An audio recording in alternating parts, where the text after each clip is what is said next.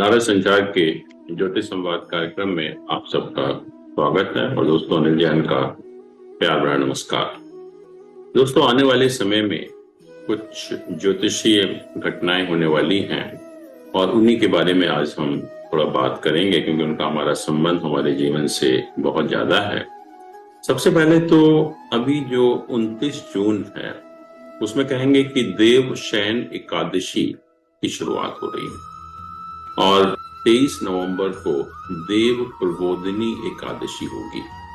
और इसके अलावा जो चतुर्मास होता है, जैसे जैन धर्म में जो साधु लोग चतुर्मास करते हैं, वो भी 2 जुलाई से शुरू हो रहा है और वो 11 नवंबर तक समाप्त होगा। इसके अलावा हम लोगों ने पिछली बार एक और चर्चा की थी कि अधिक मास होता है, जब ये लूनर मंथ होता है तो हर तीसरे साल हमें जो लूनर मंथ है वो 12 महीने का नहीं होता, 13 महीने का होता है। उसमें हमें 1 महीना ऐड करना पड़ता है, जिसको हम अधिक मास भी कहते हैं, पुरुषोत्तम मास भी कहते हैं, मल मास भी कहते हैं। और ये भी जो महीना है इस बार श्रावण, हम देखेंगे 2 महीने हो रहे हैं। एक 18 जुलाई से 16 अगस्त तक का जो महीना है उसको हम अधिक मास कहते हैं। और दोस्तों, जैसा शायद आप लोगों को मालूम भी होगा या जानते भी होंगे, आषाढ़ शुक्ल एकादशी से कार्तिक शुक्ल एकादशी तक कोई शादियां नहीं होती। और हम कहते हैं कि देव शयन एकादशी से लेकर देव प्रबोधिनी एकादशी तक शुभ मुहूर्त नहीं माना जाता शादी के बारे में। और ये जो समय है, जैसे मैंने बताया अभी, ये 29 जून से लेकर 23 नवंबर तक का समय है।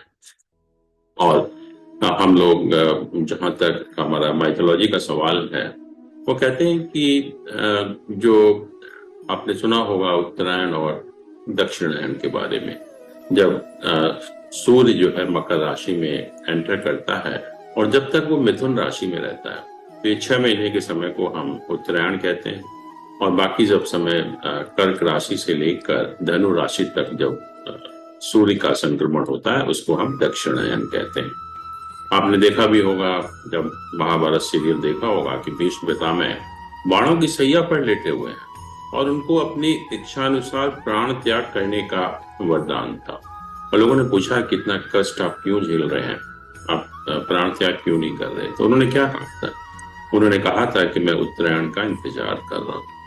और रामायण भी हमने देखा सीरियल, उसमें भी एक कुंभकर्ण कैरेक्टर है और वो कहते हैं कि 6 महीने सोता था और 6 महीने जागता था। बहुत विद्वान था, शास्त्रों का उसको बहुत ज्यादा ज्ञान था। और मैं कहूँ कि वो उत्तरायण के समय, जो कि 6 महीने का समय होता है, उसमें वो जागता था। और दक्षिणायन जब अशुभ समय होता था उसमें सोता था। इससे अच्छा कोई मैनेजमेंट गुरु नहीं हो सकता। जब अच्छा समय है उसमें आपकी जो एफिशिएंसी है, प्रोडक्टिविटी है, बहुत बढ़ेगी, उसका आप पूरा फायदा उठाइए। और जो खराब समय है उसमें आप आराम कर सकते हैं। और जो इसका रीजन भी ये है कि जो देवलोक है, कहते हैं कि देवलोक में 6 महीने दिन होते हैं और 6 महीने की एक रात होती है। मतलब जो हमारा 1 साल है वहां पर 1 दिन रात के बराबर है।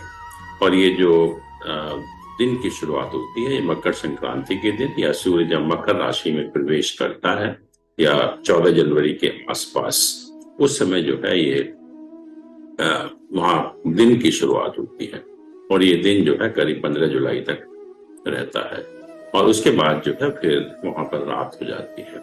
तो कहते हैं कि ये जो हमारा टाइम है, जो मैंने कहा कि देव शयन एकादशी से लेकर देव प्रबोधिनी एकादशी तक, कहते हैं कि देवता जो है इस समय शयन करते हैं।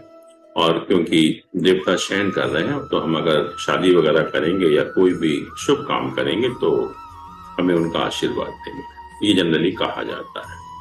और हमने काफी इसको देखा, विचारा, काफी लोगों से बात भी की।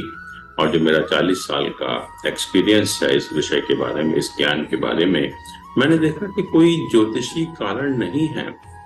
और शायद जो, क्योंकि बहुत सारी चीजें हमने देखा हमारे जो समाज में है, वो कन्वीनियंस के पर्पज के भी बनती है। और ये जो 4 महीने का समय है, जिसको हम ये कहते हैं कि शादियां नहीं होती हैं, ये बेसिकली बरसात का समय होता था नॉर्थ इंडिया में। और पहले हम लोगों के पास सुविधाएं नहीं थी, हम लोग शादियां भी करते थे तो बाहर करते थे, सड़क पर करते थे, पार्क में करते थे, कोई बैंकेट हॉल नहीं होते थे, या कोई ऐसा अरेंजमेंट नहीं होता था कि हम अगर शादी करेंगे तो हम सेफ हो। तो इसको, इनकन्वीनियंस को बचाने के लिए शायद ये किया गया होगा। और नेचुरली जब हम धर्म का वास्ता देते हैं तो सब लोग मान जाते हैं, और इसका कोई दूसरा ज्योतिषी कारण नहीं है, क्योंकि अगर देवता सोए हुए हैं तो हम 6 महीने में पूजा भी नहीं करनी चाहिए। और जैसे मैंने कहा कि चतुर्मास के दौरान तो सबसे ज्यादा पूजा होती है, हम फिर मंदिरों में जाकर देवताओं को डिस्टर्ब क्यों करते हैं। और यही जो विषय है, मैंने बहुत सारे कॉन्फ्रेंसेस में, बहुत सारे जहां भी मुझको मंच मिले, मैंने उनको बताया कि हम क्यों नहीं करते शादी। और मुझे बहुत अच्छा लगा कि पिछले 2 साल से अगर आप कोई भी पंचांग देखेंगे तो उसमें इस पीरियड में भी शादियां दिखाई हैं, इस पीरियड में भी शादियों के बहुत मुहूर्त हैं। तो शायद हम लोगों का फर्क पड़ा इतना कहने के बावजूद। और बहुत अच्छी बात है कि अब ये 4 महीनों में भी जो है वो शादियां होने लगी हैं।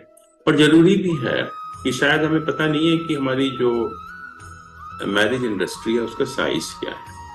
हमारी जो मैरिज इंडस्ट्री इंडिया में जो है वो अमेरिका के बाद है, अमेरिका में सबसे ज्यादा है, बट इंडिया में भी जो मैरिज इंडस्ट्री है उसका साइज पता है क्या? 1 lakh crore per year, 1 lakh crore per year. और इसमें हमेशा हर साल 25 से 30% ग्रोथ होती है, बढ़ जाता है एक्चुअली।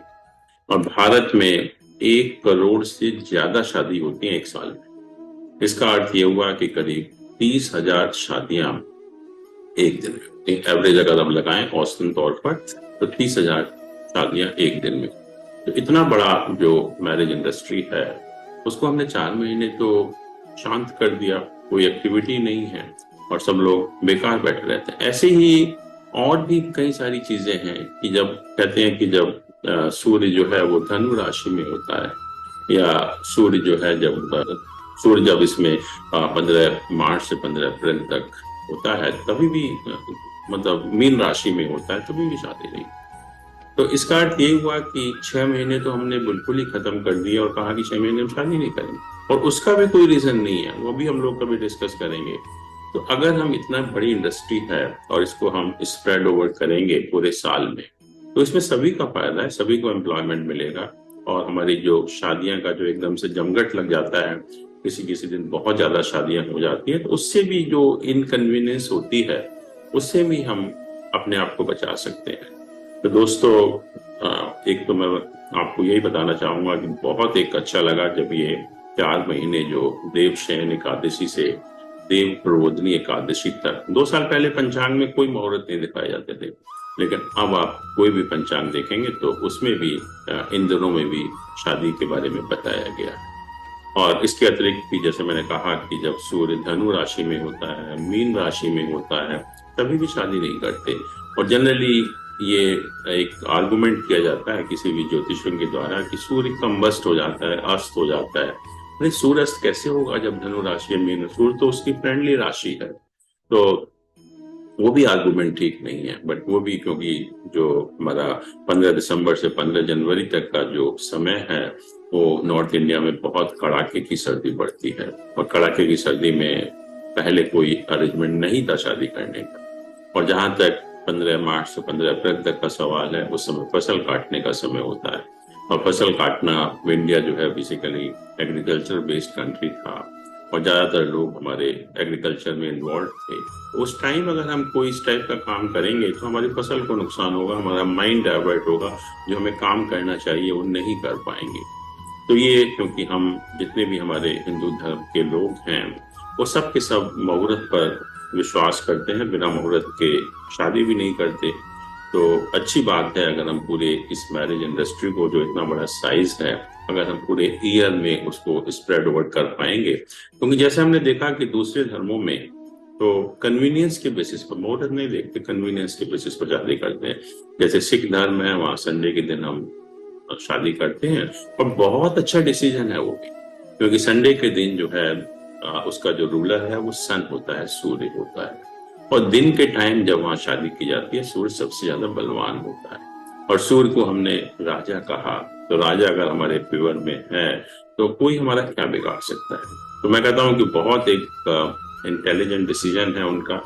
तो मुहूर्त नहीं है, बट इससे अच्छा कोई मुहूर्त भी नहीं होता, क्योंकि इसको हम अभिजीत मुहूर्त भी कहते हैं, वो हम भी मानते हैं उसको भी।